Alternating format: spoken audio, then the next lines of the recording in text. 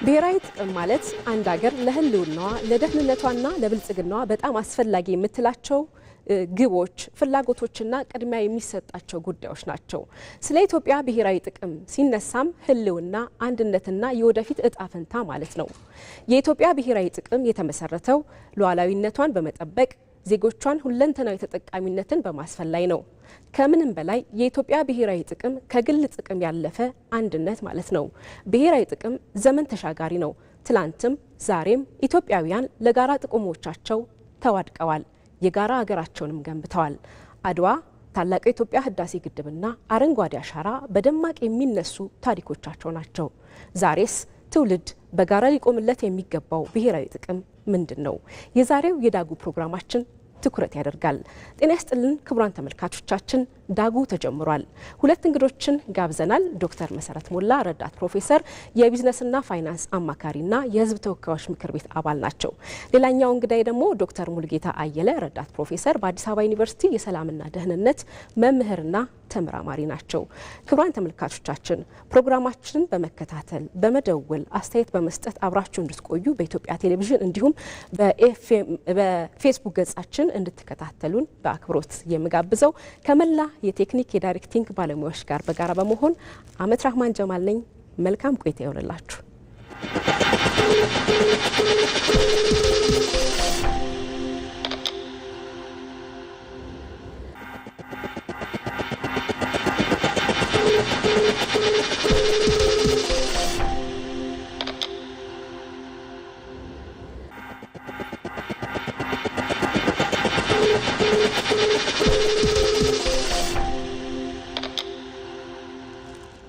እንኳን ደህና መጣችሁ። እንኳን ደህና ቆየሽ። እንግዲህ ብሔራዊ ጥቅም ሲባል አንድ ሀገር እና ዜጎቿ የሚያስፈልጓቸው ጥቅሞች ናቸው። እነዚህም የደህንነት ጉዳዮች፣ የልማት ጉዳዮች፣ የሉዓላዊነት ጉዳዮች የሚነሱ ናቸው። እስካሁን ባለው እኔ ባነሳሁትም ነጥብ ጨምሮ ኢትዮጵያ ውስጥ እንዴት እየተተገበሩ ነው በተለይ ብሔራዊ ጥቅም የሚለውን እናንሳ። ከዶክተር መሰረት ልጀምር እንዴ? እሺ፣ እንግዲህ በዋናነት የሀገር ብሔራዊ ጥቅምን በመናነሳበት ጊዜ በዋናነት ሊያተኩሩ የሚገባቸው መሰረታዊ ነገር እንደ ሀገር የመኖር የጸጥታ የብልጽግናና የሉዓላዊነት ሂደቶች የሚያመለክቱ ናቸው። ነገር ግን እንደ ሀገራት ጊዜና ሀገራት እንደሚከተሏቸው ተለዋዋጭ ባህሪ ሊኖራቸው ይገባል። ነገር ግን እንዳጠቃላይ በአገር ብሔራዊ ደህንነት ጥቅም ላይ ሊነሱ የሚችሉ መሰረታዊ ነገሮች የመጀመሪያው የደህንነትና ሉዓላዊነት የሀገርን ድንበር ነጻነትን እንደዚሁም ዜጎችን ከውጭም ከውስጥም ከጠላት ከተለያዩ ጉዳዮች ላይ የሚጠብቅ ነው። በሁለተኛ ደረጃ ሊነሳ የሚችለው የኢኮኖሚ እድገት ነጻነት ወይም ደግሞ ቀጣይነት ያለው እድገትን ሀብትን የመጠበቅ ህዝብን የመጠበቅ ጉዳዮች ናቸው ሲነሱ የነበሩት። በተጨማሪ ደግሞ የፖለቲካ መረጋጋትና የመልካም አስተዳደር የህግ የበላይነት እንዲሁም ደግሞ በጋራ የሙስናን የመከላከል ናቸው። በተጨማሪ ደግሞ ሊያተኩሩባቸው የቻሉ ወይም እስከዛሬ ብሔራዊ ጥቅም ብለን ሊነድባቸው የቻልነው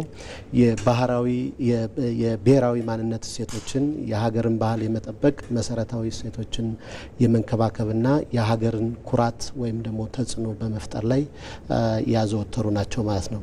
እንዳጠቃላይ እስከዛሬ ስንሄድባቸው የነበሩ የብሔራዊ ጥቅሞች ለምሳሌ ዜጎች በሀገራቸው ላይ የሚመስላቸውን መንግስት የመምረጥ የጸጥታና ሰላምን ማጎልበት የጋራ እሴቶች እስከሆኑ ድረስ የመንግስት የመፈጸም ብቃት እንዲኖር አስተያየት መስጠት፣ የቁጥጥርና ስርዓቱ እንዲረጋጋ ማድረግ፣ በተጨማሪ ደግሞ የህግ የበላይነትና ሙስናን በጋራ መከላከል እነዚህ እሴቶች የብሔራዊ ጥቅም ይዘት ነበራቸው።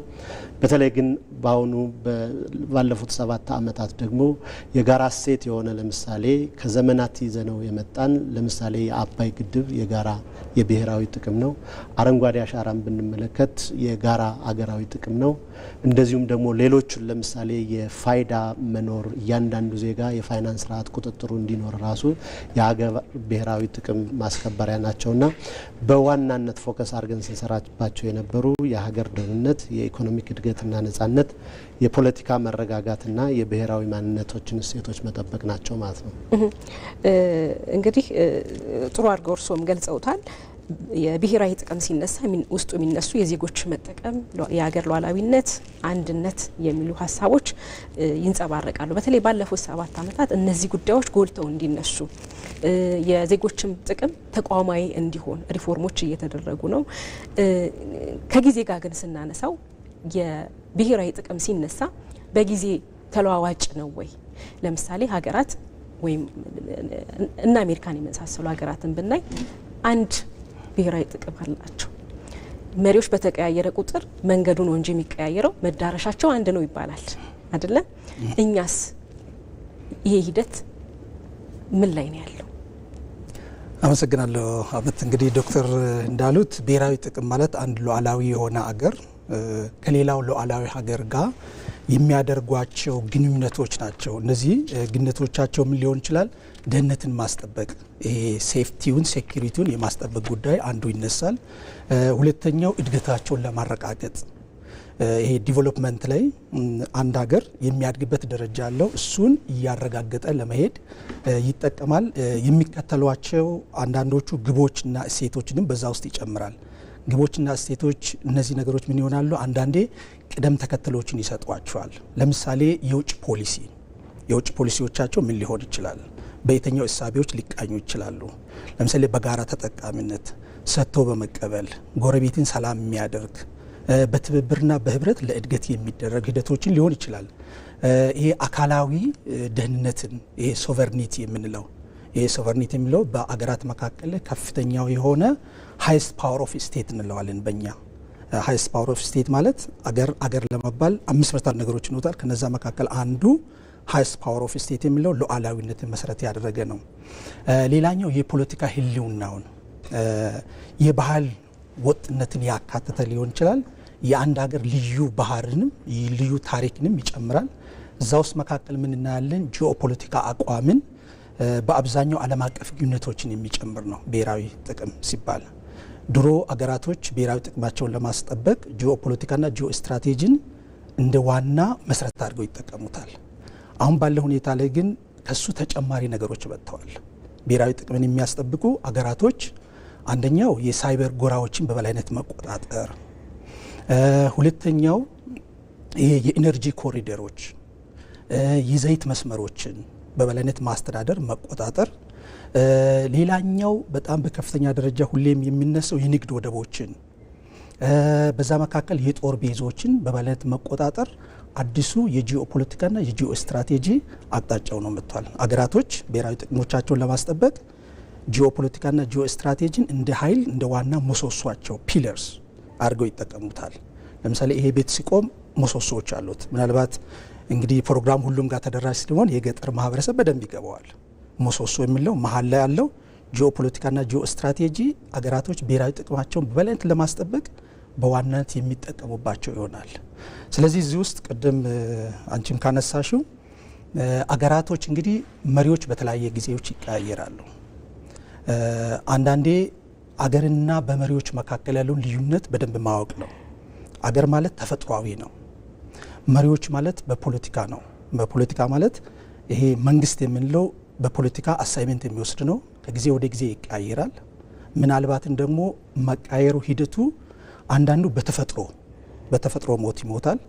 አንዳንዶቹ ደግሞ ምናልባት በመንግስታት መለዋወጥ በምርጫ ሂደት ቅድም ዶክተር መሰረት እንደነበሩት በምርጫ ሂደት በሌሎች መንግስታቶች ይተካሉ። የኛም ሀገር ካየን በኢትዮጵያ የረጅም የመንግስት ታሪኳ ውስጥ መሪዎች በተለያየ መልኩ ተለውጠዋል። ታሪካችን ካየን ከዳማት ከፑንት ጀምረን ስንመጣ መሪዎች እየተቀያየሩ መጥተዋል። የአክሱምን እናነሳለን፣ ከዛ የዛጉዌ ስርወ መንግስት እናነሳለን፣ ከዛ ዘመነ መሳፍንት እናነሳለን፣ ከዛ አጼ ቴዎድሮስ የመጡበት መንገድ አለ። እዛ ውስጥ የራሳቸው የሆነ ብሔራዊ ጥቅም አስጠብቀዋል፣ ሰርተዋል። አጼ ዮሐንስ ናቸው ከዛ በኋላ የመጡት። እሳቸውም በተመሳሳይ መልኩ ጦርነት አድርገዋል። ሉዓላዊነትን ለማስጠበቅ መተማ ላይ እዛው ተሰውተዋል። ከዛ ቀጥሎ የነበሩቱ አጼ ምኒልክ ናቸው። እንግዲህ የአድዋን ጦርነት የምናውቀው ነው። ብሔራዊ ጥቅምን እምቢ ለሀገሬ፣ ይሄ በተለይ ከሁሉ በላይ 17ኛው አንቀጽ የውጫሌ ስምምነት የሚባለው 20 አንቀጾች ናቸው። 17ኛው አንቀጽ ከሁሉ በላይ ምን አድርጎናል? ኖ አንቀበልም የሚል ነው። ቃል በቃል እንደዚህ ይላል፣ የኢትዮጵያ መንግስታት ከአውሮፓ መንግስታት ለሚያስፈልጋቸው ማንኛውም ጉዳዮች በጣሊያን መንግስት አጋዥነት ብቻ መላላክ ይቻላቸዋል። ይህን አንቀበልም አሉ ኢትዮጵያውያን። ትልቁን ውጊያ ያደረጉ እኛም ሁላችን የምንመካበት ዛሬ ያለንበት ለነጻነት አበቁን።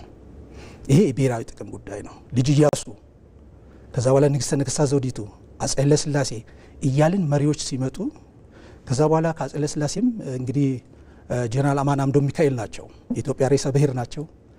ጀነራል ተፈሪ ባንቲ ናቸው። ከዛ በኋላ ቀጥሎ ኮሎኔል መንግስቱ ኃይለማርያም ወልዴ ናቸው። ከዛ በኋላ ጠቅላይ ሚኒስትር መለስ ናቸው። ጠቅላይ ሚኒስትር ኃይለማርያም ናቸው። ጠቅላይ ሚኒስትር ዶክተር አብይ አህመድ ናቸው።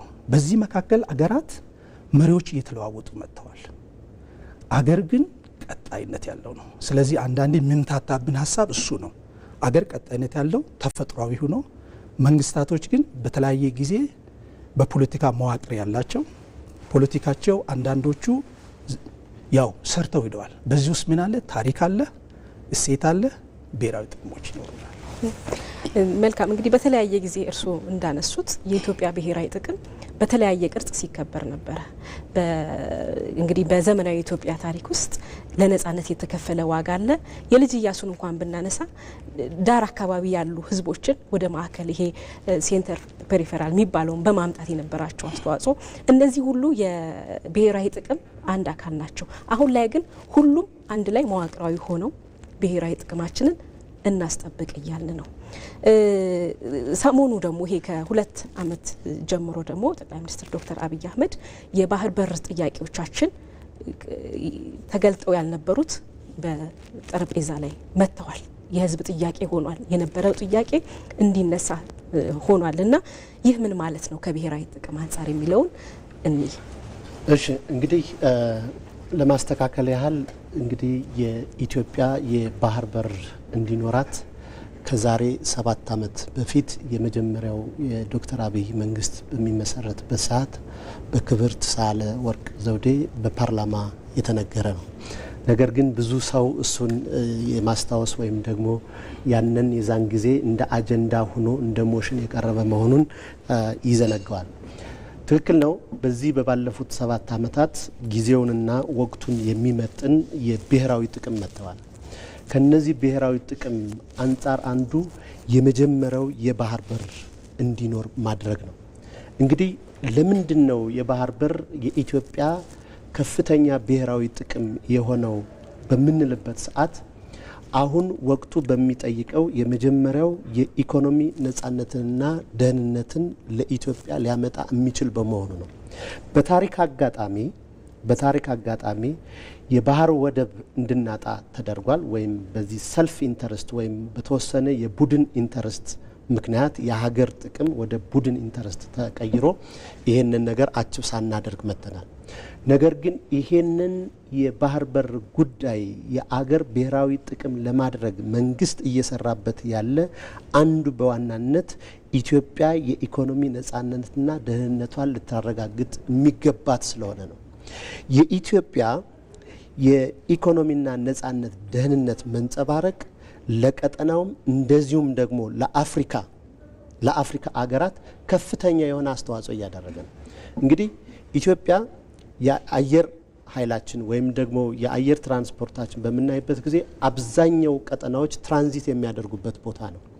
በሁለተኛ ደረጃ ኢትዮጵያ አዲስ አበባ በተለይ የመጀመሪያ የዲፕሎማቲክ መናኸሪያ የሆነች አገር ናት። እንደዚሁም ኢኮኖሚክ ኮሚሽን አፍሪካ በአመት የተለያየ ፎረሞች በሚዘጋጁበት ሰዓት የኢትዮጵያ የኢኮኖሚክ መጎልበት፣ የኢኮኖሚክ ደህንነት መኖር እነዚህን ነገሮች አሳክቶ እንዲያመጣ ያደርጋል ማለት ነው።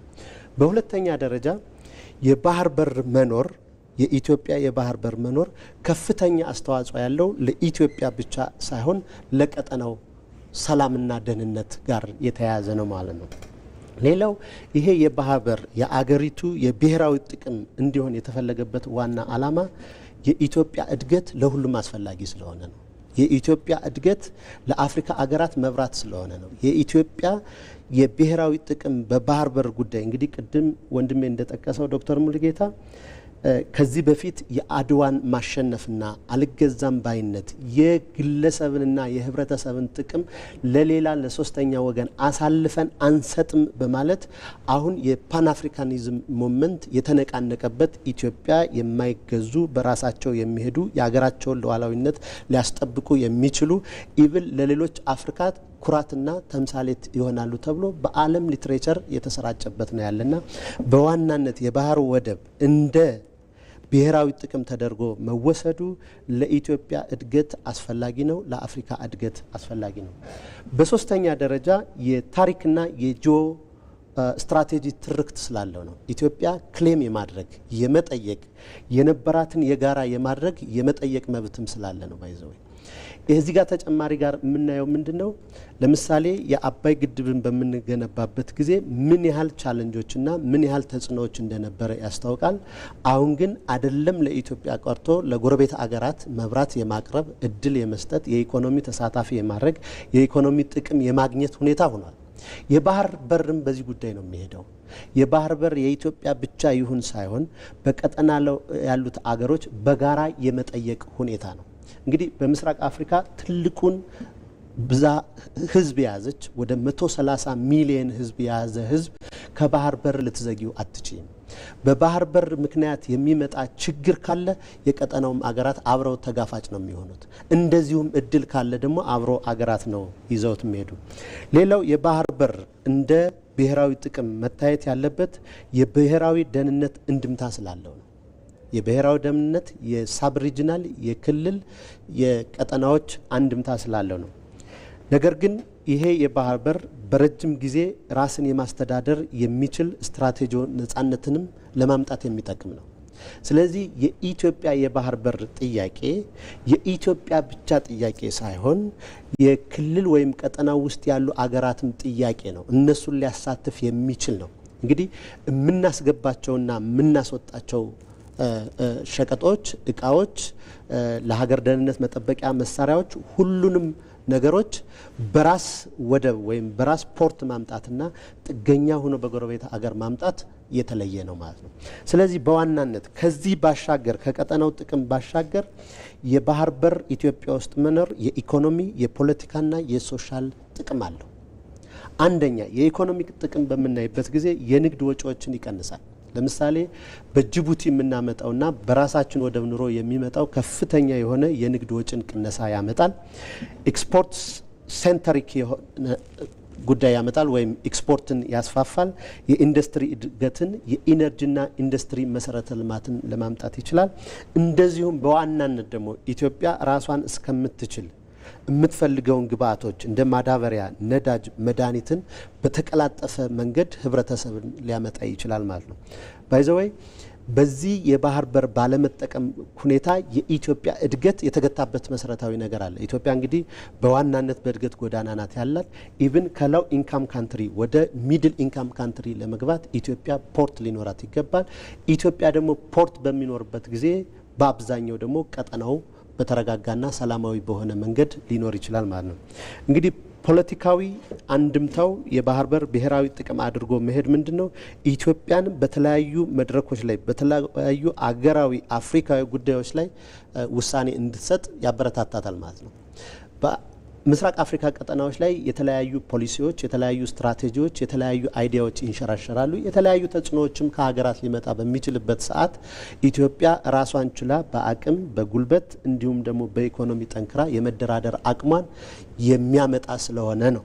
ሌላው ቀጠናዊ ተጽዕኖ እንድትፈጥርም ያደርጋል። እንግዲህ በምስራቅ አፍሪካ ኢትዮጵያ ትልቁን ድርሻ ትወስዳለች። በህብረተሰብም ደረጃ በህዝብ ብዛትም ደረጃ ኢቭን በሪሶርስም ደረጃ ትልቁን ደረጃ ትይዛለች። ይህንን ተጽዕኖ ለማፍጠር ይመጣል ማለት ነው። እንደው ወረድ ብለን የመጨረሻ ወረድ ብለን ደግሞ ካየን ደግሞ የስራ እድልን ይፈጥራል፣ ከተማ ልማትን ያመጣል። አሁን ቀደም ካልተገናኙ አገራት ጋር ለማገናኘት ለምሳሌ የሚድል ኢስትን የኖርዝ አፍሪካ ቀጠናዎችን በንግድ ማስተሳሰር ያለ በዋናነት ደግሞ ይሄ ባህር በር መኖር ለኢትዮጵያም ለቀጠናም ከፍተኛ የሆነ የምግብ ዋስትና ሊያረጋግጥ የሚችል መሆኑን እንዲታወቅ ለማለት ነው። በጣም አመሰግናለሁ ዶክተር መሰረት። ከባህር በር ጋር የሚገናኙ ጥያቄዎችን እያነሳን እንቆያለን።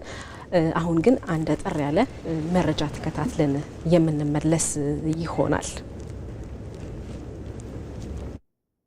ቀይ ባህር የሜዲትራኒያንን ባህር ከህንድ ውቅያኖስ ጋር በስዩዝ ቦይ በኩል በማገናኘት በዓለም ላይ ካሉ እጅግ አስፈላጊ የባህር መስመር ነው።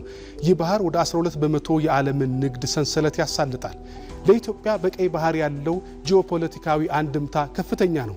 በተለይም ለቀይ ባህር ካላት እጅግ የተሻለ ቀረቤታና ወደብ አልባ በመሆኗ ኢኮኖሚያዊና የጸጥታ ፈተናዎች ያቀፈ ነው። ኢትዮጵያ የቀይ ባህር ተደራሽነትን እውን የማድረግ ፍላጎት በሀገር ደህንነት ውስጥ የሚታይ በመሆኑ ጉዳዩ የውጭ ግንኙነት ፖሊሲ አካልም ለመሆን በቅቷል።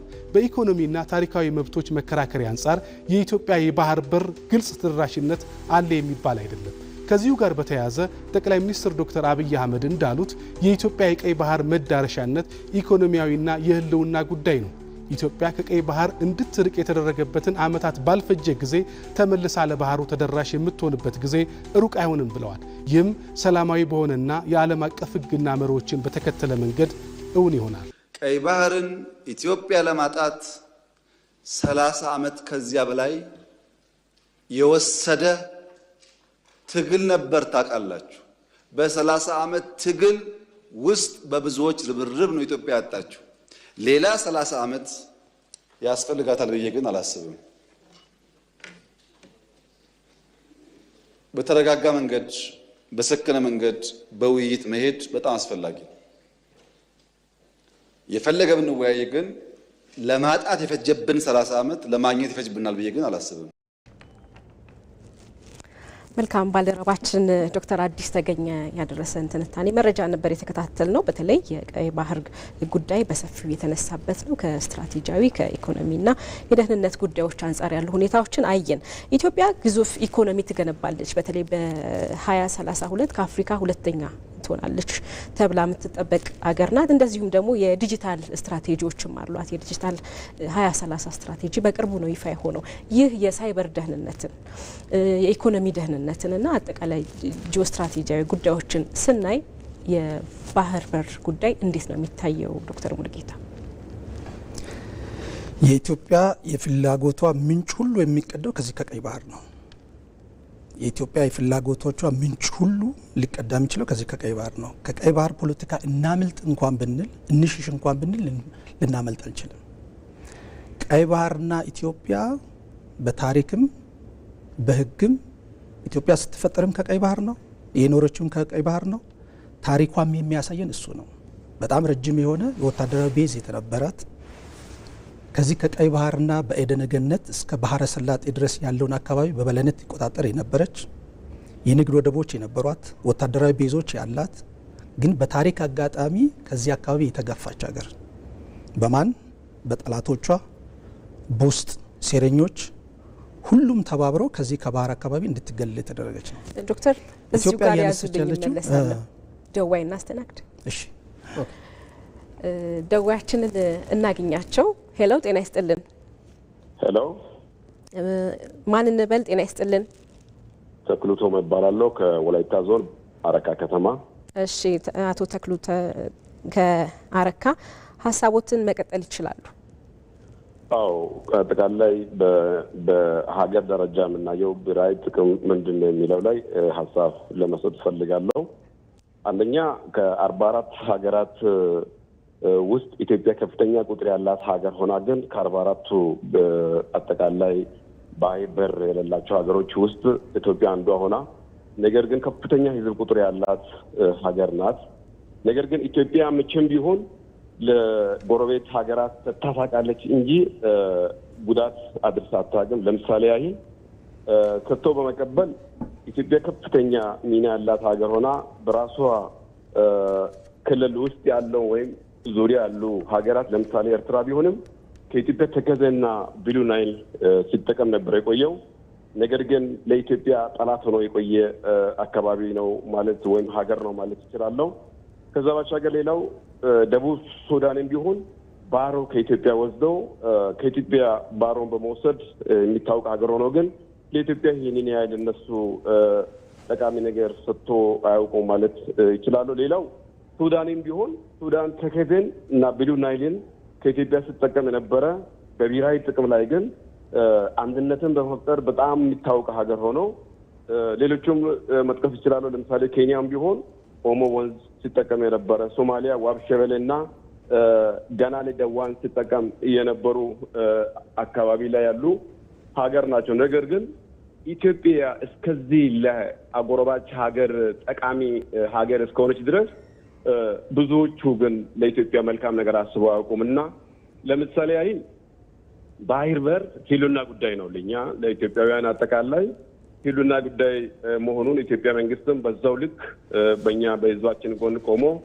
ጥቅማችን ለማስከበር ሀገር አቀፋዊ ዓለም አቀፋዊ የባህር በር ህጎችን በመጠበቅ ጥያቄ እየጠየቀ የሚገኝበት ሂደት አለ።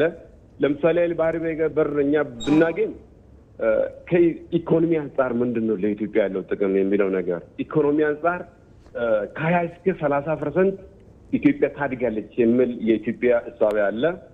ሌላው ከኢኮኖሚ አንጻር አሁኑ ምንድነው ኢትዮጵያን መድረስ የሚችለው የሚለውን ብንመለከት እጅግ በጣም ድህነት ውስጥ ነው የምንገባው። እኛ ባህር በር ከማጣታችን የተነሳ እጅግ በጣም ድህነት ወጥመድ ውስጥ የምንገባ ሀገር መሆንን እንችላለን። ለዚህ ሁሉ ግን ምን መሆን አለበት? ተግተን ነው መጠየቅ ያለብን። ዓለም አቀፍ ህጉን በመጠበቅ እንደው አስፈላጊ ሆኖ ቢገኝ ዓለም አቀፋዊ ፍቃድ ቢኖር መሰረት ድንጋይ ጥለን አንድ ጎን ላይ ህዳሴ ግድብን እየሰራን እየጠየቅን ሁሉ አሁንም ደግሞ ይህንንም በዛው ልክ መሰረት ድንጋይ ጥለን እየሰራን የምንጠይቅበት ሂደት ቢፈጠር የሚለው ነገር ነው። ሌላው ከፖለቲካ አንጻር ያለው ምንድነው? እጅግ በጣም ምስጢር ጠባቂ ሀገር ለመሆን እንችላለን። ከፖለቲካ አንጻር ማለት ነው። የአንድ ሀገር ህልውና በሚያስጠብቅ ሁኔታ ምስጢር ጠባቂ ሀገር ሊሆን ይችላል። ሌላው ከተለያዩ ኢቀባዎች ተጋላጭነት ለማዳን እንችላለን የሚለውን ከፖለቲካ አንጻር ሀሳብ ለማስቀመጥ ነው። ተጨማሪ ሶስተኛ ደረጃ ምንድነው? ከፖለቲካ አንጻር ተፎካካሪ አፍሪካዊ ኃይል መሆን እንችላለን። ተፎካካሪ ኃይል አፍሪካ ውስጥ በጣም ለሌላው ለጋሽ ሀገር ለሌላው ጠቃሚ ሀገር መሆን የሚችልበት ሂደት በዚሁ ልክ ሊፈጠር ይችላል። ለዚህ ኢትዮጵያውያን የተባሉ ማንኛውም ከህፃን እስከ አዋቂ ከምሁራን እስከ ነጋዴ ድረስ ያለው ዜጋ በሙሉ በብሔራዊ ጥቅም ላይ አንድ አካል ሆነን ዶክተር አብይን እጅግ በጣም ማገዝ መርዳት አለብን የሚለውን ሀሳብ ለማስቀመጥ ነው። በጣም ነው የምናመሰግነው ተክሉ ከአረካ የደወሉልን ደዋያችን። መልካም ጊዜ ይሁንልዎት። ጥሩ ነጥቦችን አንስተዋል። ያው ኢትዮጵያ በታሪክ አጋጣሚ በመልክዓ ምድራዊ አጋጣሚም ውሃዎቿ ከሃይላንድ ወደ ታች ስለሆነ የሚወርዱት ለጎረቤቶቿም ብዙ ጥቅም ቢሰጥናት በህዳሴው ግድብ ከተጠናቀቀ በኋላ የኤሌክትሪክ ኃይልም እንደዚሁ ለጎረቤቶቿ በመስጠት በፖለቲካም በዲፕሎማሲም በሰላምም በጣም በርካታ አስተዋጽኦ የምታደርግ ሀገር ናት። ያው ሰጥቶ መቀበል ነው ፖለቲካው ዲፕሎማሲውም። ስለዚህ ጎረቤቶቻችንም ለኛ እኛም ለጎረቤቶቻችን እናስፈልጋለን የሚለውን ነጥብ ማንሳት ወዳለሁኝ። ቅድም አንድ ነጥብ ሲያነሱልን ነበረ። በተለይ የኢትዮጵያ ከባህር በር የተገፋችበትን አጋጣሚ ያነሱልኝ ነበር። እሱም መቀጠል እንችላለን። እሺ አመሰግናለሁ አባት።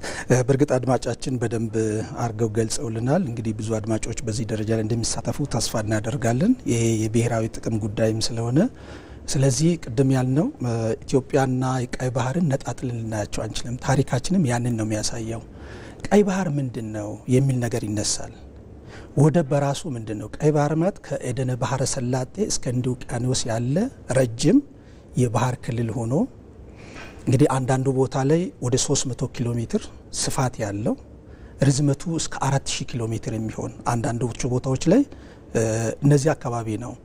ይህ አካባቢ ላይ ምን አለ ካልን በዓለም ላይ የስበት ማዕከሎች አሉ። ከሁሉ በላይ ደግሞ የምስራቅ አፍሪካ ከምስራቅ አፍሪካም የምስራቅ አፍሪካ ቀንድ የምንላቸው ኢትዮጵያ ያለችበት፣ ጅቡቲ ያለችበት፣ ኤርትራ፣ ሶማሌ፣ ሁለቱ ሱዳኖች ያሉበት የአፍሪካ ቀንድ በዓለም ላይ ከፍተኛውን የስበት ማዕከል ሆኗል። ከቅርብ ጊዜ ወዲህ የስበት ማዕከል የምንላቸው እዚህ ከምስራቅ አፍሪካ ቀንድ ውስጥ ወደ ሳውዝ ኢስት ኤዥያ እና ታይዋን ያሉበትም፣ ሁለተኛው ይሄ መካከለኛው ምስራቅ እነ እስራኤል ያሉበት፣ እነ ሲሪያ ያሉበት፣ እነ ኢራን ኢራቅ ያሉበት የስበት ማዕከል ነው ዓለም ላይ። ከነዚህ ሁሉ መካከል የምስራቅ አፍሪካን ቀንድ ምንድነው የሚለየው የሚልም ጥያቄ ይነሳል።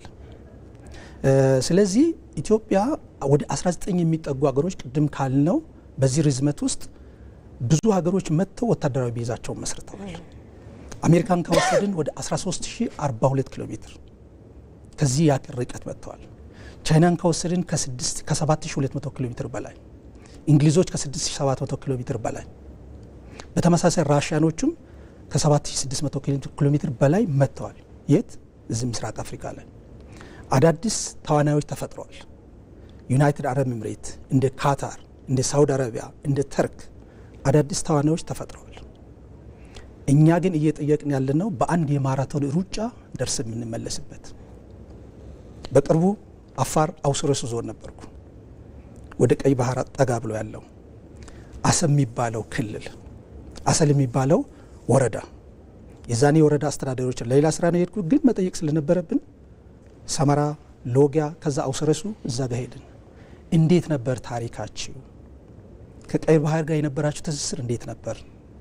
ቤተሰብስ አላችሁ ወይ ስንል እዛኛው ማዶ እዛው አሰብ ላይ እኛ እንደምንለው 60 40 42 ኪሎ ሜትር እንደዚህ አይደለም። በጣም በ20 ኪሎ ሜትር በ10 ኪሎ ሜትር ግማሹ ቤተሰብ እዛ አድሮ እዚህ የሚመጣ ሲደርስ እንደውም ሰርግ ነበር። ስለዚህ ከዚህ አካባቢ እንዴት ተገፋን? እንዴትስ አጣን? እቺ ታላቅና ገናና ሀገር በጠላቶቿ ዙሪያውን ሲዞሩ ቆዩ። ቅድም እኮ አድዋ ላይ ጦርነት አደረግን፣ መተማ ላይ አደረግን፣ ከእንግሊዞች ጋር አድርገናል፣ ከጣሊያኖች ጋር አድርገናል፣ ከሶማሌ ጋር አድርገናል፣ ከኤርትራም ጋር አገር ከሆኑ በኋላ አድርገናል።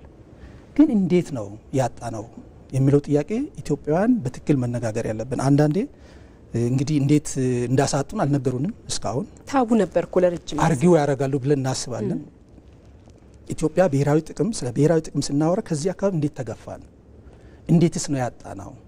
በወቅቱ የነበረው የሽግግር መንግስት ይሄን የማረግስ ትልቅ ስልጣን ነበረ ወይ? የህዝብ ቅቡልነት ነበረ ወይ? ተመራጭስ ነበረ ወይ በራሱ መንገድ? ሁለተኛው ሆን ተብለን እንግዲህ በተጣላቾች ሴራ ስንል ዩኒላተራል ሲዝ ፋየር ነው። ደርግ እንግዲህ ትግሉ ረጅም ነው፣ ጦርነቱ አለ ኢትዮጵያ ውስጥ። ዩኒላተራል ሲዝ ፋየር ማለት የኢህአዴግም የሻዕቢያም ሌላውም ሰራዊት እየተኮሰ ይገባል፣ ግን ኢትዮጵያ ምንም ጥቅም አትጠይቅም። ስለዚህ እጃችንም እግራችንም ተይዘን በዚህ መልኩ ከዛ በኋላ እንዴት እንደሰጡም ሳይታወቅ ያለ ሰነድም ጠቅላይ ሚኒስትርም እንግዲህ በይፋ በፓርላማ በኩል ላይ። ስለዚህ ኢትዮጵያ እንዴት ነው ያጣችው? እንዴትስ ማግኘት አለብን? የኛ ድርሻ ምን መሆን አለበት? ሚዲያዎች እናንተ ምን መሆን አለበት? ምሁራኖች ምን መሆን አለባቸው? አገር የሚጠብቀው የጸጥታ ኃይላችን የደህንነት ተቋማቶቻችን ምን መሆን አለበት? የውጭ ጉዳያችን ኢትዮጵያን የሚወዱ እናቱን የሚወድ አባቱን የሚወድ ቤተሰቡን የሚወድ ምንድነው ማድረግ ያለበት? ኢትዮጵያ እየጠየቀች ያለችው ሸቀጥ ማስገባት ማውጣት ኢኮኖሚ እንደተጠበቀውን የደህንነት ኢሹ አለብን። በማንኛውም ሰዓት ላይ አሁን ቅድም ያልናቸው በርካታ አገሮች መጥተው ራሳቸው በሚያደርጉት ፉክክር ሊታኮሱ ይችላሉ። ሀያላኑ እዛ መጥተዋል። የአሜሪካ የጦር ቤዝ አለ፣ የቻይና አለ፣ የሳውዲ አረቢያ አለ፣ ካታር አለ፣ ኦማን አለ፣ እንግሊዞች አሉ፣ ራሽያኖች አሉ። በማንኛውም ሰዓት ላይ እነዚህ ሀገራቶች ግጭት ቢያነሱ አካባቢውን ሊዘጋ ይችላል። ይህን እስክሪብቶ የምናስገባ፣ ይህን ወረቀት የምናስገባ፣ መርፌ የምናስገባ፣ መድኃኒት የምናስገባ ያለ ጅቡቲ ክሊራንስ ልናስገባ የምንችለው አንድም ነገር የለም። ስለዚህ በጣም ፈጥነን በዓለም ሕግ የቀረቡ ሀሳቦች አሉ ጠረጴዛ ላይ ሰጥተን እንቀበል፣ በሰጥቶ መቀበል። በዓለም የንግድ ሕግ ስርዓት ኢትዮጵያ እያለች ያለች እኮ በቃ ቅድም ያልነው አላለ ሰዎቻችን በቃ ሉዓላዊ ግዛቴ ያለ አግባብ ባጣም ግን ምን እናደርግ? በጋራ ኮንፌዴሬት እናደርግ። እኛ ውስጥ ተቋማቶች አሉን። አየር መንገዳችን ሰፊ ነው፣ ኤሌክትሪካችን ሰፊ ነው፣ ህዳሴያችን ለብዙ ሀገራቶች የሚበቃ ነው። ስለዚህ በእነዚህ አካባቢ ላይ በሰጥቶ መቀበል መሪ እናደርገው፣ በኮንፌዴሬት እናደርገው። እኛ ጋር ያለን ነገር አለ፣ በጋራ እንደግ የሚል ከፍተኛ የሆነ ጠረጴዛ ላይ አስቀምጣለች ኢትዮጵያ። ይህን እንግዲህ ዓለም ይዳኘን። ያጠንበት መንገድ ቅድም አለ። ስለዚህ እሱ ላይ እንዴት አድርገን እናገኛለን? እንዴት መጀመሪያ የነበረው ታቡ የነበረው አይወራም ተወርቷል። ኦልሬዲ ሰው ሰምቷል፣ ዓለም ሰምቶናል። እንዴት የሚለውን ግን በሰፊው ጭብጥ ይዘን መነጋገር ያለብን ጉዳይ ነው። በጣም ጥሩ። ክቡራን ተመልካቾቻችን በመከታተል ላይ የምትገኙት የዳጉ ፕሮግራማችንን ነው። ፕሮግራማችንን በመከታተል በመደወል አብራችሁን እንድትቆዩ በአክብሮት እንጋብዛለን። በማስከተል ደግሞ አንድ አጭር መሰናዶ አለ፣ እሱን የምንከታተል ይሆናል። እሱን ተከታትለን ደግሞ ስንመለስ እዚሁ ባህር በር ጉዳይ ላይ እንቆይና ቅድም ዶክተርም እንዳነሱት እንዴት እናገኘው የሚለው ደግሞ ሰፊ ማብራሪያ የሚፈልግ ጉዳይ ነው። እሱንም በተወሰነ መልኩ ከዶክተር መሰረት ጋር የምናነሳው ይሆናል። አሁን ቀጥታ ወደ መሰናዶ ነው የምንሄደው።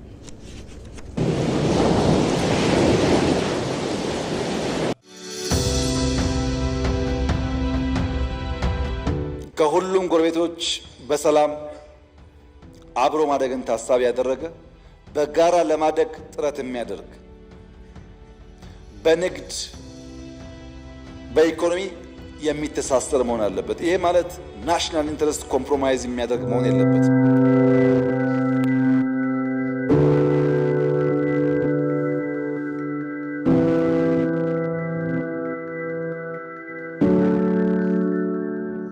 የተባበሩት መንግስታት የባህር በር ስምምነትን አንቀጽ 127ን አንቀጽ 125ን እና አንቀጽ 131 1982 ላይ በርግጥ ጃማይካ ላይ ተሻሽሎ ዝርዝር ባህር በር የሌላቸው ሀገሮች ወደብ አካባቢ ማስተዳደር እንደሚችሉ፣ መንገድ መስራት እንደሚችሉ፣ ተባብረው ኢኮኖሚያዊ ይገዛ ተደራርገው መስራት እንደሚችሉ ያ ሁሉ ርቀት ተሄዷል። አሰብን ተብሏል። አሁን ጄኔሬተር ለማስገባት ሲባል አንፈልግም የተባለበትን መንገድ ኢትዮጵያ ያዝ ፈምቶታል። እነዚህ ሁሉ ኮንቬንሽን ውስጥ ያሉ ነገሮች ናቸው። ነገር ግን ለምንድን ነው ተብሎ ሲጠየቅ ከዛ ጊዜ ጀምሮ ያሉ የሴራ ፖለቲካዎች ማጠንጠኛ ነው። 1982 ኬስ ክሎዝድ። አሁን እንደገና የተከፈተው ታሪካዊና ተፈጥሯዊ መብታችንን የባህር በር የማግኘት መብታችንን የማስጠበቅ ሁኔታ ነው።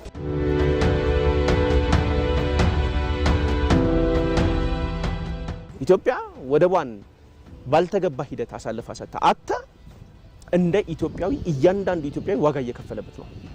መንግስት ብቻ አይደለም፣ ናሽናል ሶቨሬኒቲያችን ብቻ አይደለም፣ ቴሪቶሪያል ኢንቴግሪቲያችን ብቻ አይደለም፣ ናሽናል ኢንተረስታችን ብቻ አይደለም አፌክት የተደረገው። እያንዳንዱ ኢትዮጵያዊ በየቀኑ አፌክት ይደረጋል። ከውጪ ለሚገባ ኢምፖርት በሙሉ ተጨማሪ ወጪ ያወጣል ማለት ለኢንፍሌሽን ለኑሮ ውድነት ሜጀር ኮንትሪቢዩተር ነው። ከወደብ መገለላችን ያመጣው ኮንሲኩዌንስ ነው።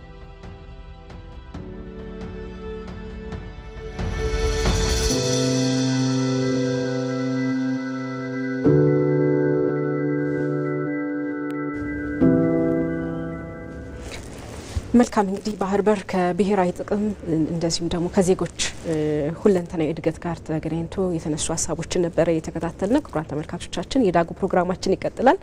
የስልክ መስመራችን ላይ ደዋይ እንዳሉ ዳይሬክተራችን አማን እየነገረን ነው። ሄሎ ሄሎ፣ ጤና ይስጥልን ደዋያችን።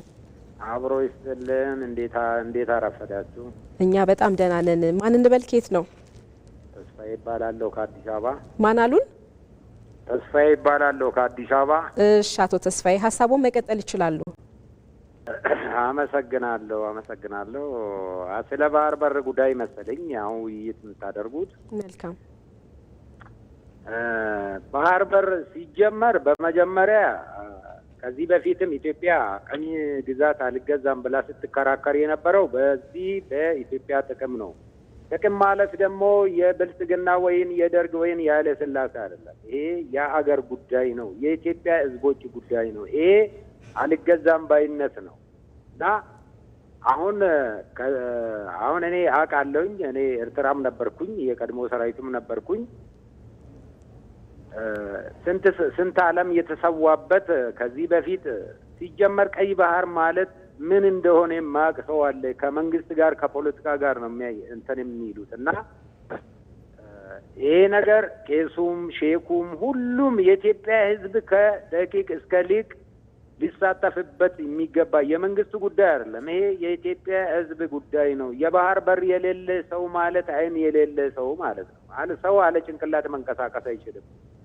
ሰው ጭንቅላት ሲኖር ነው ተንቀሳቅሶ አስቦ አንድ ነገር መስራት የሚችለው። ለምሳሌ እኛ አሁን በጅቡቲ እየተጠቀምን ነው። በጅቡቲ አሁን ስንጠቀም እቃ እናስገባለን። ኢትዮጵያ የምታስገባቸው ምስጢራዊ እንትኖች ይኖራሉ። የመከላከያ ነገር ሊኖር ይችላል። ሌሎችም ነገር እነሱ ከፋፍቶ አይቶ የኢትዮጵያ ምስጢር ካዩ በኋላ ነው እኛ ጋር የሚደርሰው እና ያ ነገር ራሱን የቻለ ነው። አሁን ለምሳሌ ለጅቡቲ በአመት ኢትዮጵያ ውሃም ቀጥላ ማብራትም ቀጥላ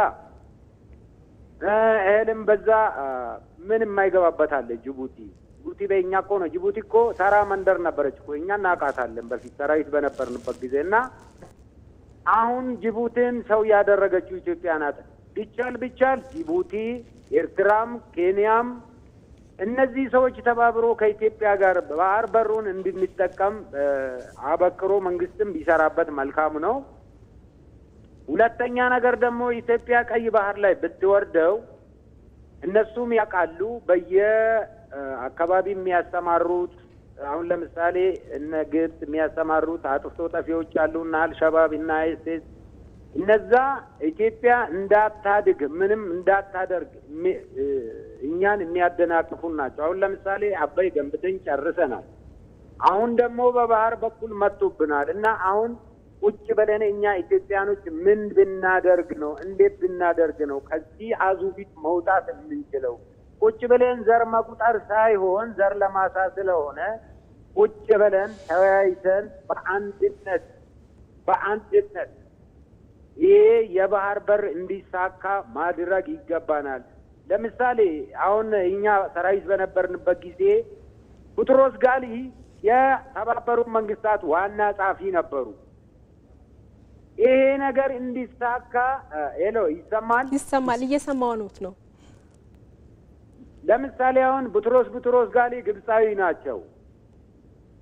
እሳቸው ኢትዮጵያ የባህር በር እንድታጣ ይሄንን ነገር የተባበሩት መንግስታት ጸሐፊ በነበሩበት ጊዜ ይሄንን ነገር አብክሮ አወርዶ አውጥቶ የተባበሩት መንግስት በሌላ ዓለማትም ኢትዮጵያ እንኳን ብድር እንዳታገኝ ሲያደርጉ የነበሩ ሰው ናቸው። ከዛ እየቀጠለ ነው እዚህ ጋር የነበረ አሁን ለምሳሌ ኤርትራ ከኛ ጋር የምትቃረነው ኤርትራ ከግብጽ ጥቅም ስለምታገኝ ነው። እሷም እኮ ጥቅሟን ነው የምትጠብቀው። ያ ነገር ደግሞ በኤርትራ በኩል እንዲላላ ከኢትዮጵያ ኤርትራ ደግሞ ከኢትዮጵያ ጥቅም እንድታገኝ አድርገው ይህን ነገር መስመር እንዲይዝ ማድረግ ነው።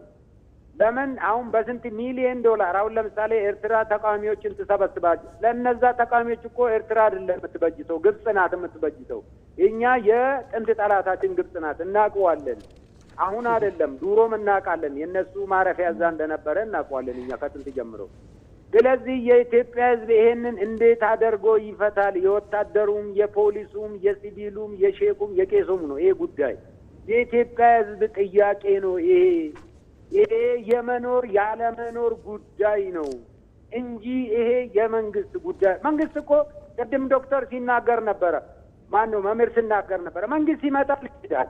የሚመጣው ትውልድ ምንድን ነው የሚያደርገው? ባህር በር የሌላትን አገር ምንድን ነው የሚያደርጋት? ምንድን ነው የሚያደርጋት? የሚመጣ ተቃዋሚ ፓርቲ የሚባለው እንኳን ተቃዋሚ ፓርቲ ቢያሸንፍ እንኳን ባህር በር የሌላት ሀገር ምንድን ነው የምትሰራላችሁ? ሁሉም ኢትዮጵያ ይሄንን አብክሮ መስራት አለበት እላለሁኝ። አመሰግናለሁ። በጣም ነው የምናመሰግነው ደዋያችን አቶ ተስፋዬ። መልካም ጊዜ ይሁንልዎት። ጥሩ ሀሳቦችን አንስተዋል። እንግዲህ ይሄን ያህል ነው የባህር በር ጉዳይ ህዝብ ውስጥ ያለው ታፍኖ ቢቆይም ጊዜውን ጠብቆ እንግዲህ ተገልጿል ማለት ነው። ቅድም እያነሳን ነበረ የባህር በርን መልሰን የምናገኝበትን መብታችን እንዴት እንጠቀም የሚለውን እርስዎ ሀሳብ ይሄ እውነት ለመናገር በጣም መሰረታዊ የሆነ ጥያቄ ነው። መሆንም ያለበት ሲቪላይዝድ በሆነ መንገድ መነጋገር ያለበት። በታሪክ አጋጣሚ በኋሎቹ ዘመናት የባህር በር አተን ነበር። አሁን እንዴት እናስመልስ፣ እንዴት እናገኝ የሚለው መሰረታዊ ጥያቄ ነው። እውነት ለመናገር የባህር በር ሲባል ባህር በሩ ብቻ ሳይሆን ቅድም ዶክተር ሙሉጌታም ሲሉት አብሮ የነበረም ህዝብ ኤግዛክትሊ አሁን አንድ መሰረታዊ ነገር ክሌም የሚደረግበት ምክንያት ምንድነው? ኢትዮጵያ 130 ሚሊዮን ህዝብ የያዘች ሀገር ናት። ኢትዮጵያ በየአመቱ 2.5% የህዝብ እድገት የምታሳይ ሀገር ናት። ስለዚህ ኢኮኖሚው ህዝብ ሊሸከም የሚችለው ኢኮኖሚ ወይም ደግሞ ለህዝብ ሊዳረስ የሚችል ኢኮኖሚ መመስረት ያስፈልጋታል። እንደ ሀገርም እንደ ቀጠናዊ አካባቢ። ስለዚህ እንዴት አድርገን ይሄን የባህር በር እናስመልስ የሚለው የመንግስትም ጥያቄ ብቻ አይደለም፣ የህዝብም ብቻ ጥያቄ፣ የሁሉም የእያንዳንዱ ዜጋ ትውልድ ጥያቄ መሆን አለበት። ስለዚህ ምን እናድርግ? የመጀመሪያው በቀይ ባህር ወደብ ወይም በባህር በር ምክንያት የሀገርን ፍቅር መጀመሪያ መመስረት አለብን። በእያንዳንዳችን ላይ ሀገር አለን። ኢትዮጵያ የምትባል ሀገር ታሪካዊ ጠላቶች ከጎኑ ያሏት፣ ውስጣዊ ባንዳዎች ያሏት ሀገር እንዴት አድርገን መሰረታዊ ጥቅም እናስጠብቅ በሚልበት ጊዜ እያንዳንዳችን ህዝቡ፣ እያንዳንዱ ወገን የሀገር ፍቅርን እንዲኖረው ማሳደግ ያስፈልጋል። የባህር በር ፍቅር ሊኖረን ያስፈልጋል። በሁለተኛ ደረጃ ዜጎችን ንቁና ንቃተ ህሊናቸውን በቀይ ባህር ጉዳይ ማሳደግ ያስፈልጋል። የመጀመሪያው አሁን እንግዲህ እስካሁን የሰጡት በስልክ ደዋዮቻችን ምን ያህል ግንዛቤ እንዳላቸው ሁሉም ህዝብ ህብረተሰብ በተለያየ በትምህርት ቤቶችም በመስጊድም በቤተክርስቲያንም በእያንዳንዱ ማህበራዊ ተሳትፎ የቀይ ባህር ንቃተ ህሊና ሊኖረን ይገባል። ምክንያቱም የሚመጣው ጥቅም የብሔራዊ ጥያቄ ነው። ከብሔራዊ ጥያቄ አልፎ የኢትዮጵያ ህዝብ የመኖርና ያለመኖር የማግኘትና ያለማግኘት መሰረታዊ ሸቀጦችም ሆነ አገራዊ ኩራት የሆኑ ሀብቶችን ለማሳደግ አገርን ከሚድል ኢንካም ወደ ከሎው ኢንካም ወደ ሚድል ኢንካም ማሳደጊያ ወይም አገራት በሚያድጉበት ፍጥነት ኢትዮጵያ ለማሳደግ የባህር በር መኖር ያስፈልጋል የሚል ነው። ሌላው የብሔራዊ አንድነታችን መበረታታት አለበት። አሁን ይሄ የፖለቲካ ጥያቄ አይደለም። ደዋያችን እንዳለ የብልጽግና ፓርቲም አይደለም፣ የደርግም አይደለም፣ የኃይለ ሥላሴ አይደለም። በታሪክ አጋጣሚ የተወሰኑ ቡድኖች የቀይ ባህርን የፖለቲካ መጠቀሚያ አድርገውታል። ያ የፖለቲካ መጠቀሚያ ኢኮኖሚክ ፓወር እንዲኖራቸው አድርጓል። ይሄን እንተው። ነገር ግን ይሄን የባህር በር እንዴት እናምጣ በምንልበት ጊዜ የመጀመሪያው የብሔራዊ አንድነት ማበረታታት አለበት። የሚበረታታው ደግሞ የቀይ ባህርን በማስመሰል ነው። ባይዘወይ አገራት ህብረተሰብ ማንኛውም የዓለም አገራት የጋራ የሆነ ለጋራ መስራት የሚጠበቅባቸው ነገር አለ። ኢትዮጵያውያን በአሁኑ ሰዓት ወይም ለቀጣዩ ትውልድ ማሻገር ያለበት የባህር በር ብሔራዊ ጥቅምን ማበረታታት ሲቻል ነው። በተጨማሪ የብሔራዊ ሀብቶችን መንከባከብና መጠበቅ ያስፈልጋል። ይሄ የባህር በር ጉዳይ የብሔራዊ እሴታችን ነው፣ የብሔራዊ ሀብታችን ነው። እሱን ተንከባክቦ ኒጎሼት አድርጎ ማስመለስ የሚቻልበትን መንገድ ማምጣት ይገባል ማለት ነው። ሌላው የዜጎች ግዴታዎችን መጠበቅ፣ ግዴታዎችንም ማውጣት። ዜጎች በባህር በር በማግኘት ጉዳይ ላይ ምንድን ነው ግዴታቸው? ለምሳሌ ነጋዴም ህብረተሰብን መንግስት የሚጠይቀውንና የሚገባውን ታክስ ረቨኑ ጀነሬት ማድረግ፣ በባህር በር ጉዳይ ላይ ሊኖረን የሚችል የፋይናንሻል ፍላጎት ወይም ደግሞ የገንዘብ ፍላጎትን ድርድሩን ሊያጠናክር የሚችለውን ህብረተሰቡ ግዴታ እንዲወጣ ማድረግ ያስፈልጋል። ነገር ግን በዋናነት ደግሞ ይሄ የባህር በር ጉዳይ በተለይ በኢንተሌክቹዋሉ ደግሞ መታየት አለበት። አንደኛ አካዳሚክሱ፣ ቲንክ ታንኩ፣ ሚዲያው፣ ፕሮፌሽናሉ የጋራ የሆነ እሳቤ መኖር አለበት በባህር በር ጉዳይ። የመጀመሪያው ምንድነው? የተረጋገጠና የሀገርን ጥቅም ሊያስጠብቅ የሚችል የባህር በር መረጃ ማቀናበርና ማሳወቅ ያስፈልጋል። አብዛኛው ህብረተሰቦቻችን በተለይ እነዚህ ግሩፕ የጠራውልሽ አካዳሚክስ ውስጥ ያሉ ቲንክ ታንኩ ላይ ያለ ሚዲያ ላይ ያለ ፕሮፌሽናል የሆነ የተረጋገጠ የሀገርን ጥቅም ማስከበር እንደሚችል መረጃዎች መምጣት አለባቸው። መረጃዎች መቀናበር አለባቸው። ቅድም ዶክተር ሙሉጌታ እንደጠቀሰው ከባለፉት 100 ዓመታት ጀምሮ በቀይ ባህር ጉዳይ ኢትዮጵያ ያላትን ተሳትፎ በደንብ ዶክመንት ማድረግ ያስፈልጋል። አስፈላጊ ከሆነ ምሁራንም ሰንደው አዘጋጅተው አጥንተው መንግስትም ቢሆን አስፈላጊውን የምርምርና ጥናት አድርጎ ግብአት መስጠት ይኖርበታል ማለት ነው። ሌላው እነዚህ ግሩፖች ድምጽ መሆን አለበት። እውነት ለመናገር እኔ አሁን ስደው የቀይ ባህር ጉዳይ ስለሆነ ነው የመጣሁት፣ ግዴታ ነው፣ አንዱ ድርሻዬም ስለሆነ ማለት ነው።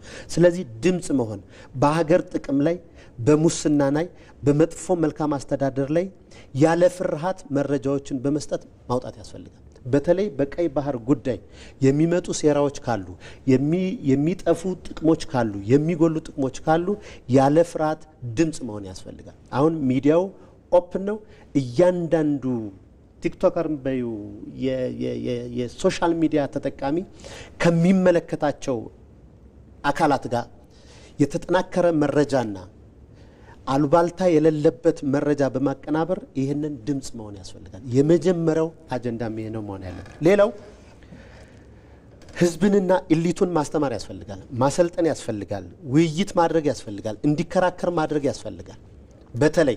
በተለይ የፖለቲካን ኢሊቱን በቀይ ባህር ጉዳይ ላይ መሰረታዊ የሆነ ኢንፎርሜሽን ከኢንተርናሽናል አንጻር ይዘት ያለው መረጃ መስጠት ያስፈልጋል። ሌላው የተቋማትን የታሪክን ማስታወሻ በአግባቡ መሰነድ ያስፈልጋል። አሁን ምክንያቱም ወደ ኋላ ያሉት መሰረታዊ እንዴት አጣን፣ ለምን አጣን፣ ማን ነው ያሳጣን፣ በማሳጣቱ ምክንያት ለምሳሌ የባህር በር ጉዳይ በባለፉት 30 ዓመታት ከ7 ዓመታት በፊት በባለፉት 30 ዓመታት ያጣናቸው ጉዳት መመዝገብ አለበት። ኢስቲሜትም መደረግ አለበት፣ ማወቅም አለበት፣ ለፖሊሲ ሜከርም መሰጠት አለበት፣ ለተማሪዎችም መማሪያ መሆን አለበት ማለት ነው። ኢኮኖሚ ኮንሲኩዌንሱ ምን ነበር፣ ወደፊትስ ዓለም ለእድገት በሚጠይቀው መንገድ ልክ ደግሞ መጠቀም የሚቻልበትን ማምጣት ያስፈልጋል። ትንሽ ታገሽኛለች ብዬ ገምታለሁ። ሌላው በመንግስትና በህዝብ መካከል ያለውን የኢንፎርሜሽን ክፍተት መሙላት ያስፈልጋል። እውነትን ለመናገር መንግስት ሌላ ነው፣ ህዝብ ሌላ ነው። ሁለቱ ሲደመሩ ግን በቀይ ባህር ወይም ደግሞ በባህር በር ወደብ ምክንያት ግን በሁለቱ መካከል ያለውን ጋፕ መሙላት ያስፈልጋል። ማንኛውም በዚህ ሀሳብ ልዩነት ያለውን ለማቀራረብ መሰራት አለበት። ሌላ ኢትዮጵያ ከኢንተርናሽናል ኤክስፒሪየንስ ምንድነው የምትፈልገው? እንደ ኢትዮጵያ የባህር በር ያጡ አገራት አሉ፣ ያገኙም አሉ። የኢንተርናሽናል ኤክስፒሪየንሱ ተቀምሮ ተይዞ ለመንግስትም ለህብረተሰብ መሰጠት ያስፈልጋል የሚለውን መታየት አለበት። ሌላው የመጨረሻ እንግዲህ የህብረተሰብ አካላት እየጠራን ስለሆነ ገቨርንመንት ምንድነው ህግ የሚያወጣው፣ ህግ ፈጻሚው መንግስትስ ምን ማድረግ አለበት የሚለው በጣም መሰረታዊ ጥያቄ ነው። የመጀመሪያው በመንግስት ደረጃ የመጀመሪያው የረጅም ጊዜ የስልጣኔና እድገት እቅድ ማዘጋጀት አለበት። የቀይ ባህርን ጉዳይ ለመጠቀም የባህር በሩን ለመጠቀም የኢትዮጵያን እድገት ቀጣይነት እንዲኖረው ለማድረግ የ5 ዓመት የ10 ዓመት ብቻ እቅድ አይደለም፣ የረጅም እቅድ መዘጋጀት አለበት። አንድ በሁለተኛ ደረጃ የቀይ ባህርንና ወደብን የመጠቀም ብቻ እያንዳንዱ ሴክተር እንዴት ሊያሳኩ እንደሚችሉ ተጨማሪ እቅድ ለምሳሌ አሁን ኢቢሲ አመታዊ እቅድ አለው አይደል? ተጨማሪ እቅድ ግን በቀይ ባህር ጉዳይ ላይ ምን መስራት አለበት? ግብርና ተጨማሪ እቅድ በቀይ ባህር ምክንያት ምን መስራት አለበት? የተለያዩ ተቋማት ምን መስራት አለብን? ከኖርማል እቅዱ ውጭ የባህር በር የምናገኝበትን የቀይ ባህር ወደብን ተጠቃሚነትን ለማምጣት የሚያስችል እቅድ ማዘጋጀት ያስፈልጋል። ይሄ መሰረታዊ ነገር ነው። ሌላው የጋራ ተቋም መፍጠር ማብቃት አለበት። የኢትዮጵያ የባህር በር የሚል ተቋም ወይም ደግሞ የኢትዮጵያ የባህር በር ጥያቄ በተቋም ደረጃ በእያንዳንዱ ሜይንስትሪም መሆን አለበት። እኔ ተማሪዎችን በማስተምርበት ሰዓት የባህር በር ጥያቄ እንደ አንድ አጀንዳ ከማስተምረው ጋር ሆኖ መውጣት አለበት። የሀገር ብሔራዊ ጥቅም በዓለም መድረኮች ማጉላት ያስፈልጋል። ይሄ የባህር በር ጉዳይ ጥቅሙ እውነት ለመናገር ትንታኔውን በሰፊው መስራት ኮንቲኒየስ በሆነ ፕሮግራም መስራት ይቻላል። ኢትዮጵያ የባህር በር ማድረግ አይደለም ምስራቅ አፍሪካንም የዓለም ሀገራትን ነው የሚጠቅመው። ለምሳሌ አሁን ኢትዮጵያ አንስተብል ብትሆን ኃይለኛ የሆነ ማይግሬሽን ፎርስ አድርጎ ወደ ዲቨሎፒንግ ካንትሪ ይሄዳል። ያንን ሜንቴን ማድረጊያ መንገድ አንዱ የባህር በር። ሌላው አካታች የሆነ የምክክር መድረክ በብሔራዊ ጥቅም ላይ በተለይ በዋናነት በባህር በር ጉዳይ ላይ፣ በአረንጓዴ አሻራ ጉዳይ ላይ፣ በአባይ ግድብ ላይ፣ በአርቲፊሻል ኢንተለጀንስ ጉዳይ ላይ የጋራ አቋም ሊኖረን ይገባል። እያንዳንዱ የምንተነትናቸው የሚደረጉበት ምክንያት ወደ ኋላ ወይም ወደፊት ለሚመጣው ትውልድ ሰላም የተረጋጋ የሆነ የውጭ ሀገር ተጽዕኖ ለማስቀረት የሚሰሩ ናቸው እነዚህ ጉዳዮች ማለት ነው። ሌላው የሀገርን ጥቅም በምሳሌነት አጉልቶ ማሳየት። በተለይ በአሁኑ ሰዓት የአባይ ግድብን አሁን በምሳሌነት አሳይቷል። አረንጓዴ አሻራን በምሳሌነት አሳይቷል። ጨበራ ጩርጩራ የተለያዩ ፓርኮች ኮመን ጉድስ የሚባሉት በምሳሌነት ታይተዋል። የባህር በርንም በምሳሌነትና በዘላቂነት ማሳየት ያስፈልጋል። የመጨረሻ በሀገር ውስጥ ላይ የሰው ልጅ ልማት ላይ ማተኮር ያስፈልጋል። ባለፉት 30 ዓመታት ከዛሬ 30 ዓመታት በፊት አብዛኛው የኢትዮጵያ ሪሶርስ ሲውል የነበረው መሰረተ ልማት ላይ የሰው ልጅ ህይወት ላይ አልነበረም። ስለዚህ የሰው ልጅ ልማት ላይ በተለይ ይሄ ሂማን ካፒታሉ ላይ ለባህር በር የሚቆም ምሁር ለባህር በር ወይም ለአረንጓዴ አሻራ የሚቆም ለአርቲፊሻል ኢንተለጀንስ የሚቆም በተለይ ካለው ከቴክኖሎጂ አድቫንስመንት ጋር ተያይዞ የሰው ልጅ ማሳደግ አለብን፣ ማበልጸግ አለብን፣ ማስተማር አለብንና ይሄንና ሌሎችንም ጨምሮ አካታች በሆነ መንገድ የባህር በር ጥያቄን ጥያቄ አድርጎ ማንኛውም እያንዳንዱ ህብረተሰብ ተሳትፎ እንዲኖረው የሚያደርግ እቅድ፣ ሜካኒዝም፣ ስትራቴጂ መንደፍ ያስፈልጋል ማለት ነው። ዶክተር በጣም ሰፊ ማብራሪያ የሰጡን እናመሰግናለን። አንድ ጉዳይ አስታወሱን። የግብጽ የአባይ ውሃን በተመለከተ የህገ መንግስቷ ላይ የህልውና ጉዳይ ነው። ጠብታ የነካ ደም ይፈሳል አይነት ነው እነሱ ቃል በቃል ያስቀምጡት። ኢትዮጵያ ብሔራዊ ጥቅሞቿን አባይንም ሆነ ሌሎች ሀብቶቿን ቀይ ባህርንም ጨምሮ የህልውና ጉዳዮች መሆናቸው በህግ ወይም በህገ መንግስት መቀመጥ አለበት የሚሉ ሀሳቦች ይንሸራሸራሉና እሱን ለማስታወስ ፈልጌ ነው። እሳቸው ያላነሱት ነጥብ ከሌለ ካለ ያንሱና ወደ ሌሎች ጉዳዮች ደግሞ እናልፋለን።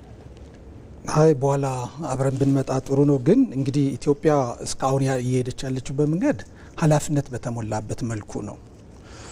ይህን ዓለም ሰምቶናል። ኢትዮጵያ እየሄደች ያለችበት መንገድ በጣም ኃላፊነት በተሞላበት መልኩ እንዴት አክሰስ ላርግ ኢትዮጵያ ወደ ቀይ ባህር ብትወጣስ ምንድነው ጥቅሙ?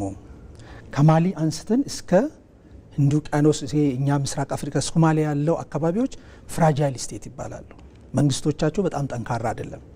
አካባቢውን ወደ ቀይ ባህር ወጥቶም ሊቆጣጠሩ የሚችሉ ሀገሮች አይደሉም። እውነት ለመናገር እዛ አካባቢ ላይ እስካሁን የባህር ውንብድናው አለ። መርከቦች እስካሁን ይታገታሉ። እስከ የመን ሁቲ አማጽያን መጥተው ያንን አካባቢ በጣም በብዙ ይረብሻሉ። ቅድም ያልናቸው ቁጥሮችን የመጡ ሀያላ ነገራቶች የሚሆን ሌሎች ተዋናዮች አካባቢውን መቆጣጠር አልቻሉም። የኢትዮጵያ የመከላከያ ሰራዊታችን የጸጥታ ኃይላችን ወደ ባህር ቢወጣ አክሰስ ቢያደርግ የጦር ቤዝ እዛ ቢኖረው ያን አካባቢ የማረጋጋት በታሪክም በህግም በተለያየ መልኩ ላይ የኢትዮጵያ የዚህ ልምድ አላት። ስለዚህ በዚህ ጉዳይ ላይ ዓለም ሁሉ ሊያግዘን ይገባል የሚል እይታ ስላለኝ ነው። መልካም የተከበራችሁ ተመልካቾቻችን የዳጉ ፕሮግራማችንን በመከታተል ላይ ነው የምትገኙት። በቀጥታ ስርጭታችን የስልክ መስመራችን ላይ ደዋይ እንዳለ እየተነገረን ነው። ሄሎ ደዋያችን፣ ሄሎ ደዋያችን፣ ሄሎ ጤና ይስጥልን። ማን እንበል? አብሮ ይስጠን። ጌታቸው አዲስ እባላለሁ፣ አዲስ አበባ አያት አካባቢ። እሺ ጌታቸው እናመሰግናለን ስለደወሉልን። ሀሳቡን ያጋሩን። እሺ ሁለቱም ተወያዮች በጣም አመሰግናለሁ። እንደውም የጥያቄዎችን ግማሹን ያህል መልሰውልኛል። ነገር ግን እንግዲህ የኢትዮጵያ ብሔራዊ ጥቅም የኢትዮጵያን የአየር ክልል፣ የኢትዮጵያን የየብስ ክልል፣ የኢትዮጵያን የውሃ ክልል አጠቃላይ የህብረተሰቡንና ህብረተሰቡ ባለው የፖለቲካና ዓለም አቀፍ የዲፕሎማሲ ሁኔታዎች ላይ መሰረት ያደረገ ነው። እንግዲህ የኢትዮጵያ ብሔራዊ ጥቅም ከአየር ክልል ከየብስና ከውሃ እንዲሁም ከአጠቃላይ የፖለቲካ እንቅስቃሴና ከዲፕሎማሲ እንቅስቃሴ አንጻር ላለፉት 50 ዓመት ጥያቄ ላይ ወደቀ ይመስለኛል። እንግዲህ በራሴ እንደው በነበርኩበት የሰማኋቸውን ሁለት ጉዳዮች እኛ ጦርነትን በፊልም ሳይሆን በተግባር እናውቃለን። ከዚህ በኋላ የኤርትራንና የአሰብን ጥያቄ የሚያነሳ ካለ መንገዱን ጨርቅ ያርግለት። ሁለተኛው ደግሞ ዓለም ዛሬ ይስማ፣ በቀይ ባህር ላይ ኢንተረስት አለን የሚል ደግሞ አሁን መጥቷል። ካለፉት 50 ዓመት ከመጣንበት አሁን ላይ ዓለም ዛሬ ይወቅልን፣ ይስማ፣ ቀይ ባህር ላይ ኢንተረስት አለን ብለዋል ጠቅላይ ሚኒስትሩ። የቀደመው ደግሞ መንገዱን ጨርቅ ያርግለት በእነዚህ ጉዳዮች ላይ የሚል ሀሳብ የነበረው ነው። እንግዲህ ህጋዊ መብት ነበረው ወይ አልነበረውም የሚለው ብዙ ጥያቄም ስለነበረና የአሰብ ጉዳይም በብረት ተፈቷል። ወደሱ ጉዳይ ውስጥ አንግባ በታዛቢነት መጥቶ እንደ መብት የተነገረበት ጉባኤ እናስታውሳለን፣ በእድሜያችን ማለት ነው። አሁን የኢትዮጵያ የብሔራዊ ጥቅም እንዳጋጣሚ የህዝብ ተወካዮች ምክር ቤት አባል ስለሆኑ አንዱ ተወያያችን በዚህ በሁለቱ የውሃ ጉዳዮቻችን ላይ በአባይ ላይ ሁለተኛ ደግሞ በቀይ ባህር ላይ እንደ ፖለቲካ ተንታኝም እንደ አክቲቪስትም እንደ አዋቂም እንደ አላዋቂም እየሆኑ የሚሰነዘሩ ሀሳቦች ስለ ሀገር በሚለው ፕሮግራም ላይ አንድ ዶክተር ስማቸውን ባላስታውስም እነዚህ ጉዳዮችን በማንኛውም የቀልድ ሁኔታ እንዳይነሳ የህግ ክልከላ ቅድም በህገ መንግስት ግብጽ ስለ ቀይ ባህር እንትን ያደረጉትን እኛ በዚህ ብሔራዊ ጥቅም ላይ ዜጋው በህግ ሊጠየቅ የሚችልበት ህግ ሊወጣ ይገባል ባይ እና ይሄንን እንዴት ታዩታላችሁ? ብሔራዊ ጥቅም በዜጎች እንዴት ነው የሚጠበቀው? የዜጎች ሚና ምን መሆን አለበት? ቅድም ዶክተር በዚህ ላይ ከፍተኛ ትምህርት እንዲሰጥ ስላሉ ማለት ነው። ነገር ግን ይሄ ነገር የህግ ማዕቀፍ መሆን ካለበት እንዴት ነው መሆን ያለበት? ብዙ እንደዚህ ለምሳሌ ሩዋንዳን የዘር ጉዳይ ለቀልድም ይሁንም ለምንም ጉዳይ እንዳይነሳ በህግ ስለተከለከለ የዘር ጉዳይ አይነሳም። ሩዋንዳ ለይሁቱ ላይ የሚል ወሬ የሚያስከትለው ስለሚታወቅ ማለት ነው። ስለዚህ ይሄንን በህገ መንግስት ላይ ያሉ የተለያዩ ጥያቄዎች እንደተጠበቁ ሆነው ነገር ግን በኢትዮጵያ ብሔራዊ ጥቅሞች አሁን ቅድም ዶክተር ሲናገሩ ብዙ በዓለም ላይ ተጽዕኖ ፈጣሪ ሀገራት ጅቡቲ ተቀምጠዋል። ኢትዮጵያ ደግሞ 54ቱም የአፍሪካ ሀገራት መሰብሰቢያቸው የዲፕሎማሲ መቀመጫቸው የሆነችው ሀገር በዚህ ሁሉ ሚሊዮን ህዝብ የሚመረትም የሚሸጥም የሚለወጥም የምናስገባውም የምናስወጣው እንዲረክስ ነው የሚያደርጉ። አሁን የስንዴ ምርት ወደ ከፍተኛ እንትን ሄደ፣ የቡና ምርት ወደ ከፍተኛ ደረጃ ሄደ፣ የወርቅ ምርት ወደ ከፍተኛ ከዛ ይሄንን እዚህ አፉን ተከፍቶ የተቀመጠ ንብረታችን ታሽጉ ወደቡ ታሽጉ በግድ ከፍላችሁ ካልሆነ በስተቀር አታወጡትም የሚለው እንዴት ነው? አሁን ከጦርነት መልስ ከጉልበት መልስ እንዴት የምናስመልሰው ይመስላችኋል? እንደ ዜጋው ምን ይጠበቅበታል? እዚህ ላይ ወጥቶና አቋም አሁን የምዕራቡ የአባይን ውሃ አስከብረናል። ይሄኛው እንዴት ነው እና መቼ ነው የሚለው የህዝብ ጥያቄ ስለሆነ እንዴት ነው እኔ አሁን እየተናነቀኝ ነው። ምክንያቱም ታህሳስ 27 85 አዲስ አበባ ዩኒቨርሲቲ ተማሪ ስለነበርኩ ተፈንክቼ ሞቷል ተብዬ ሬሳ ክፍል ውስጥ ተጥዬ ወደ ቀብር ልሄድ ስል ነው የተነሳሁትና ቤተሰብ መጥቶ ወሰደኝ እና ይሄ ደም ይፈሶበታል። ይሄንን ውስጣችን አድርገን ይሄንን ባህር እናስመልሰው መቼ ነው? እንዴት ነው? ሲቪላይዝድ በሆነ ነው እኔ የምፈልገው። ጦርነቱን አልፈልግም። ምክንያቱም ከአንደኛ እስከ 12ኛ ክፍል ስማር ስለ ጦርነት እየሰማሁ ነው ያደግኩት። በዚህ በ27 ዓመት 2 ጊዜ 3 ጊዜ አሁን 4ኛ ጦርነት ሰማሁ። አሁን ደግሞ ጦርነት እያሉ ነው። ከጦርነት ውጪ እንዴት ነው ልንመልሰው የምንችለው? አመሰግናለሁ። በጣም ነው የምናመሰግነው። ደዋያችን ቁጭታቸው፣ ትዝታቸውና የሀገር ፍቅር ከአንደበታቸው የሰማንበት ነው። እንደሳቸውም ብዙ የኢትዮጵያ ሕዝቦች በዚህ ሁኔታ ውስጥ የባህር በርን ጉዳይ አምቀውት የቆዩ ናቸው። ሌሎችም በዚህ ጉዳዮች ላይ በሌሎች ፕሮግራሞቻችን የምናስተናግዳቸው ይሆናል። እሳቸው የሰጡት ላይ እንደው ይሄንን ባነሳ የምትሉት ካለ እኔና ወደ ቀጣዩ ጥያቄ አልፋለሁ። ፕሮግራማችንንም ወደ ማጠቃለሉ ይዘን እንሄዳለን ማለት ነው። እንግዲህ እሳቸው ያለው ጉዳይ ነውና ኢትዮጵያ ለአፍሪካ ነጻነት፣ ለዓለም ሰላም ያላበረከተችው አስተዋጽኦ የለም። ኢትዮጵያ እንግዲህ 54 ሉዓላዊ አገራቶችን በተለይ ከሁሉ በላይ የአፍሪካ ህብረት የሚባለውን መስርታለች። ለአንዳንዶቹ የነጻነት ትግል እንዲያደርጉ ከቅኝ ግዛት እንዲወጡ ከፍተኛውን ድርሻ አድርጋለች። ወታደር አሰልጥናለች፣ ራሷንም ቴክኒካሊ አግዛለች።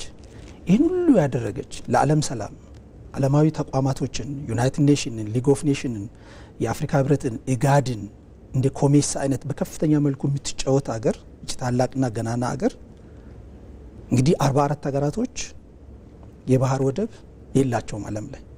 እንደኛ ግን በ130 ሚሊዮን የሚቆጠር የህዝብ ቁጥር ያለው በረጅም የሀገረ መንግስት ታሪክ በጣት የሚቆጠሩ ናቸው። በነገራችን ላይ ዓለም ላይ ረጅም የታሪክ መሰረት ያላቸው ይሄ አገር የባህር ወደብ አይገባውም የሚል ያለ አይመስለኝም። ግን ምን ሆኗል? ራሳችን ወስደን እንግዲህ በመሪዎቻችን ስተት ወጥተው እስካልነገሩን ድረስ እንዴት እንዳጣን እንዴት እንዳልነገሩን። ስለዚህ አሁን ያሉት መሪዎች ደግሞ አይ የባህር ወደብ ይገባል፣ የኢትዮጵያ ስብራቷን ለአንድና ለመጨረሻ ጊዜ ሊመለስ ይገባል ብለዋል። ስለዚህ ጎረቤቶቻችን አፍሪካን ወንድሞቻችን ይሄን በተለይ በድንበር ላይ ምክንያቱም ጎረቤት መምረጥ አንችልም፣ ተፈጥሯዊ ነው። ከሶማሌ ጋር ተጎራብተናል፣ ከጅቡቲ ጋር እንደዛው፣ ከኤርትራ ጋር እንደዛው፣ ከኬንያ ጋር እንደዛው። ወዳጅን ግን ከየት ልንመርጥ እንችላለን? ሄደን ላቲን አሜሪካ አርጀንቲና ጋር ልናደርገው እንችላለን። ወዳጅነትን ከብራዚል ጋር ልናደርጋለን፣ ከቪየትናም ጋር ልናደርግ እንችላለን። ግን ጎረቤቶቻችን በዚህ ጉዳይ ላይ ያግዙናል። የአፍሪካ ህብረት፣ ኢጋድ፣ ሌሎች ዓለም አቀፍ ዲፕሎማቲክ የሆኑ ኢትዮጵያ የባህር ወደብ እንድታገኝ ምክንያቱም ይሄን የምንለው የደህንነት ጉዳይ አለብን። እኛ ከሁሉ በላይ በመሰረታዊነት ሲግኒፊካንት የሆነ የኢኮኖሚ ለውጥ ሊያመጣልን የሚችለው ህዳሴን የጨረስንበት መንገድ አለ። በእያንዳንዳችን ቤት 14 ዓመት የሚሆን ወንድም ሴትም ልጅ አለ እያደገ ያለ።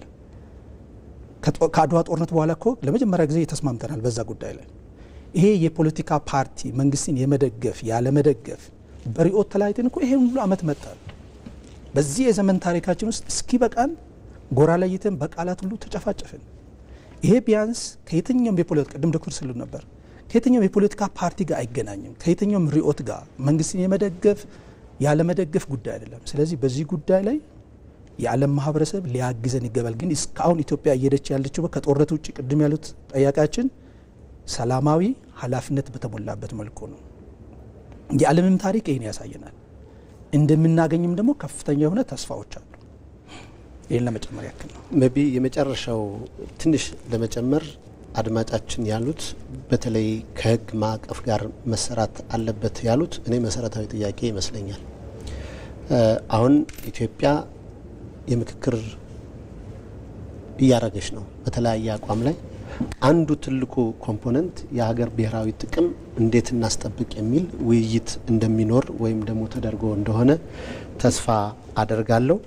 ነገር ግን ደግሞ ከምሁራንም ከምንም ይሄ ጥያቄ ለመንግስት በአግባቡ መቅረብ እንዳለበት ይሰማኛል። እናቀርበዋለንም ብለን እናስባለን።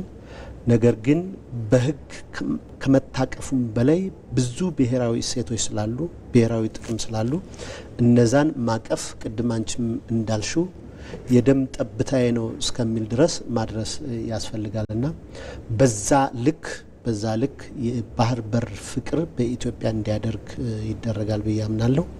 ቅድም ዶክተር ሙሉጌታ እንዳለውም ሲቪላይዝድ በሆነ በሰለጠነ መንገድ ሀሳብን ማቅረብ መሞገት የህዝብ እርዳታ ያስፈልገዋል። እኔም ጥሩ ተስፋ ነው የሚኖረኝ። ነገር ግን በተለይ ምሁራንም መረጃውን የሚሰጡ በዋናነት ግባት መንግስት መስጠት አለበት። ተሳተፍም ሳይባል መሳተፍ፣ ዩኒቨርሲቲዎች በጠቅላላ የባህር በር ጉዳይ እንደ አንድ ትልቅ አጀንዳ አድርገው መመካከር፣ መሞገት፣ ዲስከስ ማድረግ ኢቭን መንግስት ለዩኒቨርሲቲ የሚመድባቸው የሪሰርችና የምርምርና ጥናት በጀቶች ራሱ መንግስትም እንዲጨምር እንዲሁም ደግሞ ሁሉም ዩኒቨርሲቲ እንዲሰራ ለመንግስት ግብዓት እንዲያደርግ ያደርጋል ለማለት ነው። አመሰግናለሁ። በመጨረሻም እንግዲህ የባህር በር ጉዳይ ላይ ረጅም ሰዓት ፈጀን። ያው ሌሎችም ግን የብሔራዊ ጥቅምን የሚመለከቱ ጉዳዮች አሉ። ለምሳሌ የምግብ ሉዓላዊነትን በተመለከተ ኢትዮጵያ የስንዴ ምርት ከእርዳታ ነጻ ሆና ራሷ እያመረተች የምትገኝበት አረንጓዴ አሻራ፣ አገራዊ ምክክር፣ የተቋማት ግንባታ፣ የቱሪዝም መዳረሻዎች ማልማት፣ እነዚህ ደግሞ የጉባ በረከቶች የሚባሉት የተፈጥሮ ጋዝ ማውጣት፣ የማዳበሪያ ጉዳይ፣ በዚህ ወር ደግሞ የሚጀምረው የቢሾፍቱ አየር ማረፊያ፣ እነዚህ ሁሉ የብሔራዊ ጥቅሞቻችን አካል ናቸው አይደለም? ቀይ ባህር ላይ ስለቆየን ወደዚህኛው ደግሞ ስንመጣ እነዚህን ሁሉ የምናነሳቸው የዲጂታል ዓለም ላይ ደግሞ ኢትዮጵያ የዲጂታል 2030 ዓለም አቅዳለች። ሌሎች ትልልቅ እቅዶች አሏት፣ ትልልቅ ፕሮጀክቶች አሏት።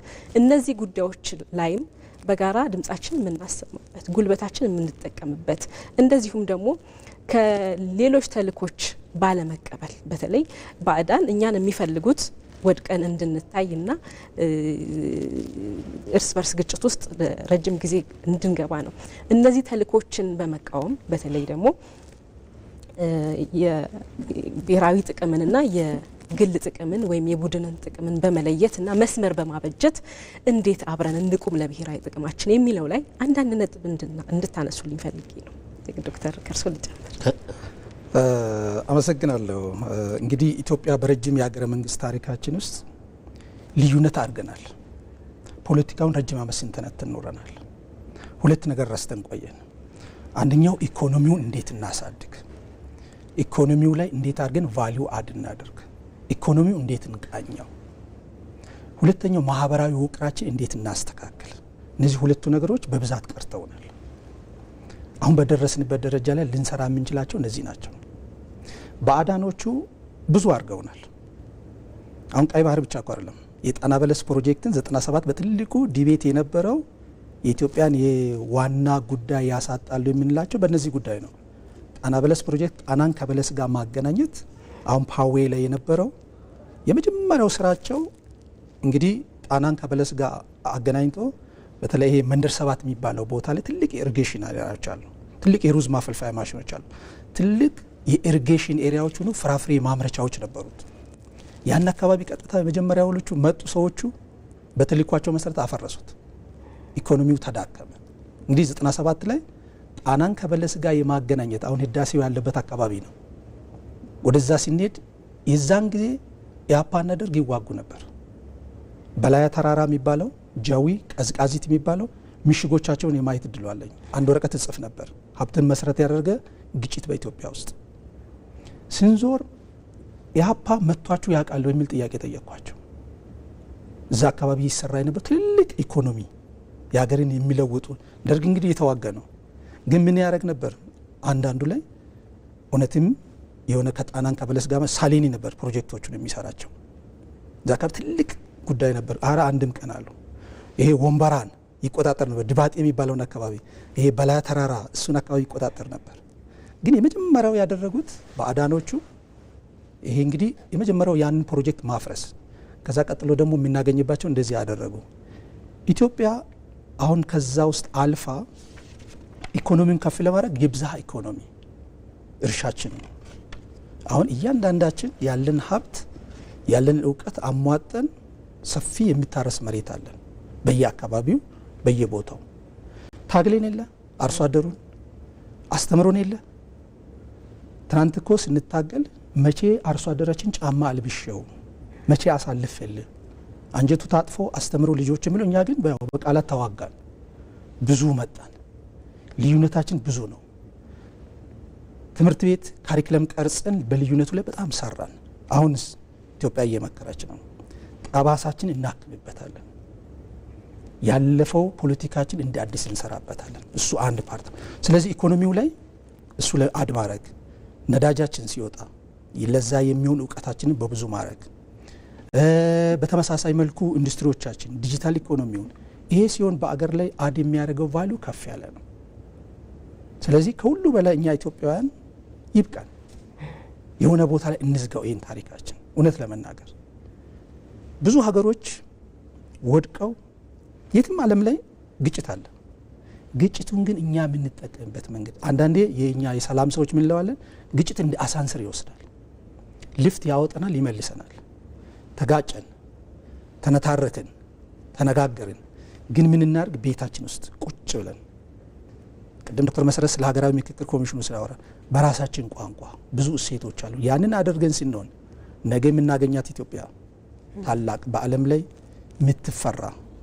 ብዙ እኮ ጉዞ ስናደርግ ገና ፓስፖርታችን ሰልፍ ላይ እንደዚህ አይተው ይሉናል። ምንድነው? ድህነት ነው። ስለዚህ ለምግብ ራሳችን ችለን ድህነትን በተለይ ልመናን ለማስቀራት የምናደርግበት መንገድ በጣም ከፍተኛ። እሱ ላይ ምን እናግዝ? የኔ ድርሻ ምንድነው መሆን ያለበት? አርሶ አደሩን እንዴት አድርገን በተለያየ ዘመቻ ወጥተን እናግዘው? ቢያንስ ጾም የሚያድር መሬት እንደሌለበት። ቱሪዝሙን አዲስ አበባ አሁን በዚህ መልኩ ሲያምር እሱን እናድንቅ። ማድነቅ ያለብን እናድንቅ። ችግር ካለ በሳይንሳዊ በሆነ መልኩ ላይ ይሄ ቢስተካከል እንበለው። ማዕድኖቻችን ድሮም እኮ የነበረ ሀብት ነው። እሱን ቴክኒካል በሆነ መልኩ ላይ አውጥተን ለዓለም ገበያ እኛም ተጠቅመን ቀሪው እንዴት አድርገን ለዓለም ገበያ እናቀርብ። ያ ሲሆን አሁን ያለን የኢትዮጵያ ዓለም ላይ ያለ ታሪካችን ይቀየርና ብዙ ሀገሮች ብለንልህ ከዛሬ 50 40 ዓመት በፊት የቀየሩበት መንገድ። ስለዚህ መንግስት 2040 ላይ 2023 እዚህ ደርሳለሁ ካለ እሱን ለማድረግ የሚቻለውን ማድረግ ነው።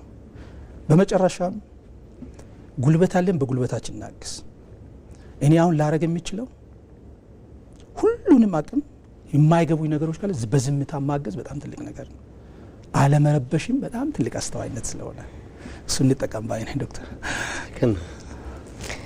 መልካም እንግዲህ ፕሮግራማችንን እናጠቃልናል። በጣም ነው የምናመሰግነው። እግዚአብሔር ይስጥልን። ክቡራን ተመልካቾቻችን የዛሬው የዳጉ ፕሮግራማችን ብሔራዊ ጥቅሞቻችን ብለን የባህር በርን ጉዳይ፣ ሌሎች የብሔራዊ ጥቅም ጉዳዮቻችንን በሰፊው አንስተናል። ስለደወላችሁልን፣ ስለተከታተላችሁን እጅግ አድርገን እናመሰግናለን። እዚህ አብረውን የነበሩ ሁለት እንግዶች አሉን። ዶክተር መሰረት ሞላ የረዳት ፕሮፌሰር ናቸው። የቢዝነስና ፋይናንስ አማካሪ፣ የህዝብ ተወካዮች ምክር ቤትም አባል ናቸው።